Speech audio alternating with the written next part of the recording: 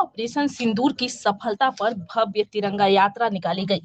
सांसद जनार्दन सिंह सिग्रीवाल ने बोल दिया बड़ी बात। नमस्कार, मैं रागनी और आप देख रहे हैं वीपीएस न्यूज। महाराजगंज में भारतीय सेना द्वारा चलाए गए सफल ऑपरेशन सिंदूर की सफलता का जश्न बड़े ही धूमधाम से मनाया गया।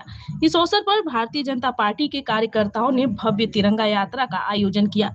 यात्रा का नेतृत्व महाराजगंज के सांसद जनार्दन सिंह सिग्रीवाल ने किया, जिसमें सैकड़ों भाजपा कार्यकर्ता, स्थानीय नागरिक, महिला संगठन, युवा वर्ग और अन्य जनप्रतिनिधियों ने भाग लिया। तिरंगा यात्रा शहीद स्मारक से शुरू होकर राजेंद्र चौक तक निकाली गई। इस यात्रा के माध्यम से लोगों ने भारतीय सेवा के अदम्य साहस, पराक्रम और देशभक्ति को नमन किया।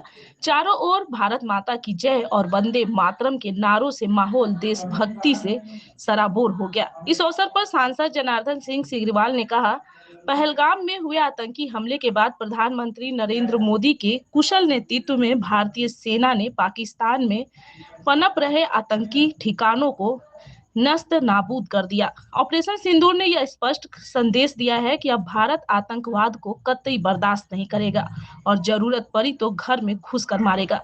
उन्होंने आगे कहा कि भारत की सैन्य ताकत को अब पूरी दुनिया ने देखा है, चाहे वो पाकिस्तान हो, चीन हो या तुर्की। हमारी सेना के पास अत्याधुनिक हथियार है और उसका पराक्रम दुनिया के सामने है।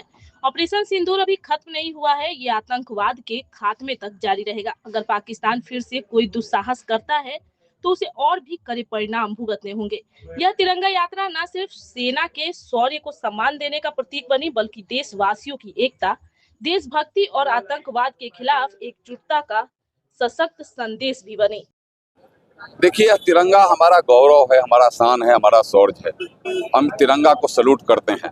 हम समय समय पर भी करते हैं, जब राष्ट्रीय पर्व आता है तब भी करते हैं। लेकिन ऑपरेशन सिंदूर जो आतंकवादियों, आतंकवाद के पनाह देने वाले लोगों पर एक बहुत बड़ा प्रहार था। हम ऑपरेशन सिंदूर में सफलतम हुए हैं।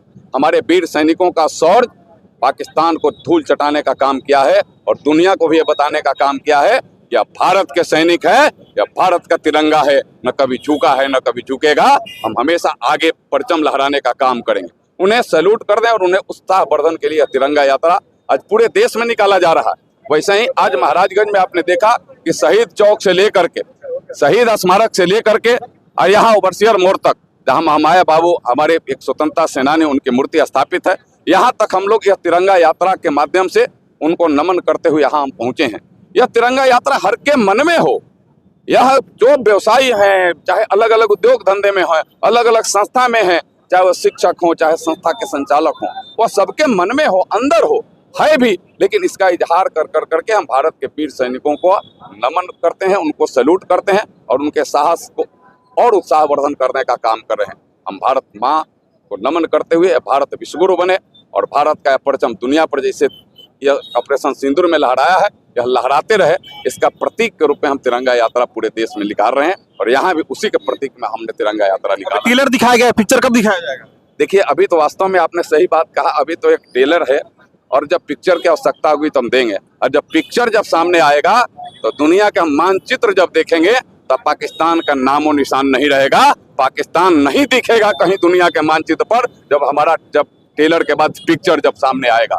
अभी इतने में ही ऑपरेशन सिंदूर के या कुछ घंटों के में मैं कहूंगा ऑपरेशन में पाकिस्तान त्राहिमाम हो गया, पाकिस्तान धूल चाट लिया और पाकिस्तान दुनिया से गुहार करने लगा कि नरेंद्र मोदी जी के किए हुए ऑपरेशन सिंदूर को रुकवाइए, रुकवाइए, रुकवाइए।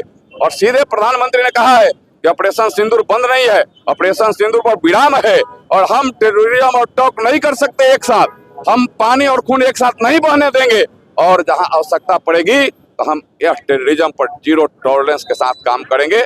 हमें अगर वार्ता भी करनी होगी तो पाक अधिकृत कश्मीर पर हम वार्ता करेंगे। हम कश्मीर पर कोई वार्ता नहीं करेंगे।